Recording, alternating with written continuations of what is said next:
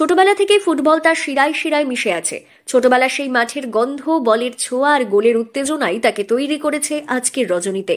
সমাজের বাধা, কটুবাক্য আর অভাবের অন্ধকার ভেদ করে সে ছুটে চলেছে নিজের স্বপ্নের দিকে। গত 11 বছর ধরে নিয়মিত ফুটবল খেলছে রজনী এবং দক্ষতার সঙ্গে ছড়িয়ে দিয়েছে নিজের প্রতিভার আলো। পুরুলিয়া জেলার সীমানা পেরিয়ে রাজ্যের নানা মাঠে নিজের জায়গা করে নিয়েছে সে। আজ রজনী শুধু নিজে খেলেই থেমে নেই। রজনী আজ নিজের এলাকার প্রায় 40 জন তরুণীকে নিয়মিত ফুটবল প্রশিক্ষণ দিয়ে যাচ্ছে। রজনীর স্বপ্ন, একদিন তারাও ভারতের মাটিতে দাপিয়ে খেলবে, ঠিক যেমন বিশ্বকাপ জয়ী ক্রিকেটার রিচা ঘোষ দেশের নাম উজ্জ্বল করেছেন। আমার স্বপ্ন ছোট থেকেই ফুটবল খেলার প্রতি। বিগত 11 বছর ধরে ফুটবল আমি খেলে আসছি। বর্তমানে কোথায় কোথায় খেলে এসেছো? বর্তমানে পুরুলিয়া তো বটে, ওর পাশাপাশি বিভিন্ন রাজ্যে ফুটবল খেলে এসেছি আমি। কি স্বপ্ন রয়েছে ফুটবলকে নিয়ে? স্বপ্ন রয়েছে, যেমন আমাদের রিচা ঘোষ আছে শিলিগুড়ির মেয়ে, একজন বিশ্বকাপ জয়ী।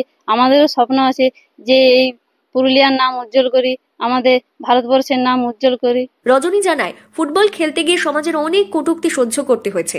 অনেকেই বলেছে মেয়েদের ফুটবল খেলে ভবিষ্যৎ হয় না, কিন্তু বিশ্বকাপ জয়ী রিচা ঘোষ সবাইকে প্রমাণ করে দিয়েছে যে খেলাধুলোয় মেয়েদের উজ্জ্বল ভবিষ্যৎ আছে। তাই আজ আমাদের সবার অনুপ্রেরণা সে। আমরা চাই একদিন তার মতোই ভারতের মাটিতে দাপিয়ে খেলতে, দেশের নাম উজ্জ্বল করতে আমাদের জেলা পুরুলিয়ার নাম।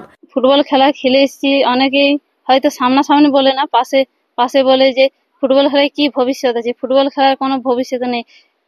কম্পিউটার কিংবা কোচিং করলে চাকরি পেয়ে যাবে। তাদের চোখে আঙ্গুল দিয়ে দেখিয়ে দিয়েছে রিচা ঘোষ যে মেয়েরা সব পারে। রজনীর এই কঠোর পরিশ্রম ও ইচ্ছাশক্তি তার প্রশিক্ষণ নেওয়া মেয়েদের জীবনেও জ্বালিয়েছে নতুন আলো। ফুটবলের সুমিত্রা সিং সর্দার জানায়, বিগত 1 বছর ধরে রজনীর কাছ থেকে আমরা ফুটবল শিখছি।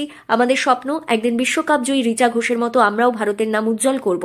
প্রায় 1 বছর ধরে প্রশিক্ষণ নিয়ে আসছি রজনীদের কাছ থেকে, এবং রিচা ঘোষদের মতো মেয়ে হওয়ার চেষ্টা করছি ফুটবল খেলার, যাতে রিচা ঘোষ যেরকম দেখিয়েছে যে ফুটবল খেলে অনেক কিছু করা যায়। আমাদের সমাজ হয়তো বলেছে যে মেয়েরা কিছু করতে পারবে না এই ফুটবল খেলাতে, এবং আমাদের ঘরেও বলা হয়েছে একটু, কিন্তু রিচা ঘোষকে আজকে দেখে আমাদের মনে অনেক সাহস জুগিয়েছে রিচা ঘোষ আমাদের, যে আমরা ফুটবল খেলে নিজের নাম উজ্জ্বল করতে পারবো। আমরা ভারতের মাটিতে ফুটবল খেলার চেষ্টা করব, যাতে আমরা ভারতের মাটিতে ফুটবল খেলে এবং ভারতের নাম উজ্জ্বল করতে পারি। রজনীর পথ চলা শুধু ফুটবলের গল্প নয়, এটি লড়াইয়ের গল্প, পথ দেখানোর গল্প আর অসম্ভবকে সম্ভব করে দেখানোর গল্প। পুরুলিয়া থেকে শান্তনু দাসের রিপোর্ট, লোকাল 18 বাংলা।